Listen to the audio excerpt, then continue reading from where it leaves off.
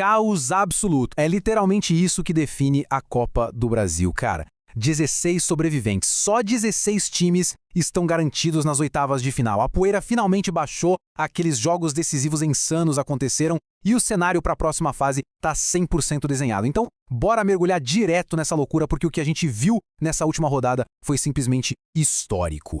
E olha, já vamos começar olhando para a gravidade dessa verdadeira carnificina. Gigantes caíram. Flamengo, Botafogo e São Paulo estão eliminados. Fora, acabou o sonho para esses três pesos pesados absolutos do futebol brasileiro.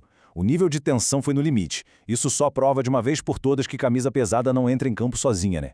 A eliminação chocante do Flamengo, aquela queda dolorosa do Botafogo e o tropeço fatal do São Paulo deixam o caminho totalmente escancarado para uma das oitavas de final mais imprevisíveis que a gente já viu.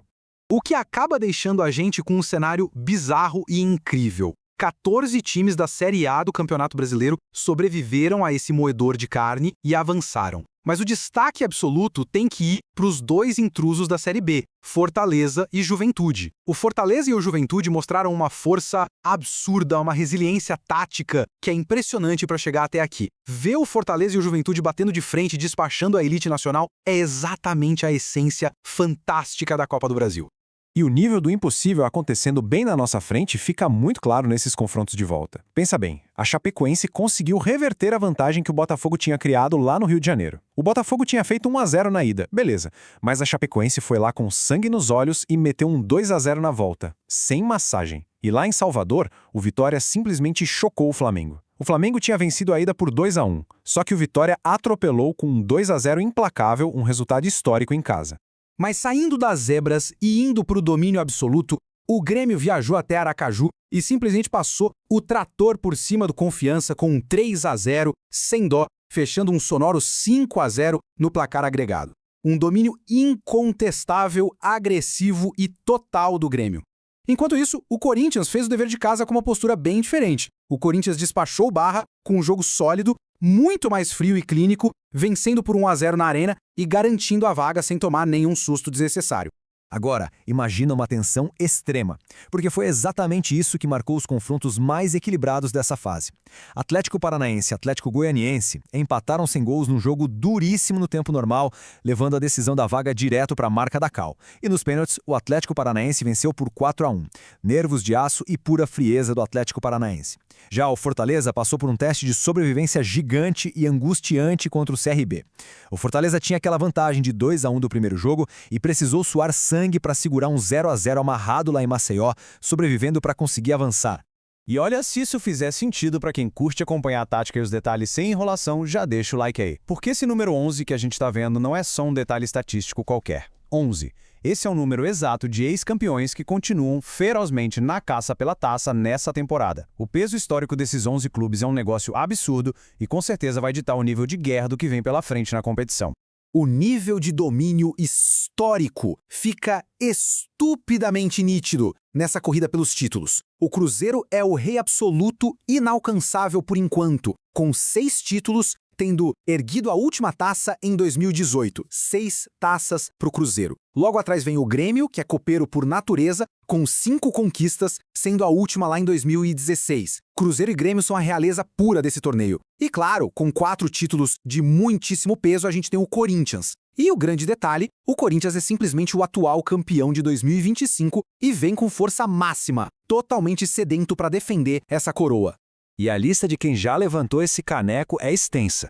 O Palmeiras impõe muito respeito com seus 4 títulos, o Atlético Mineiro tem 2 taças, Atlético Paranaense, Fluminense, Internacional, Juventude e Santos já marcaram seus nomes na história com 1 título cada um. E aí entra um detalhe muito amargo e crucial para o Vasco. O Vasco também tem uma taça, mas a equipe ainda sente a dor ardente de perder a final de 2025 e perder justamente para o Corinthians. Foi um vice-campeonato do Vasco no ano passado que deixou umas cicatrizes profundas que eles querem muito curar agora.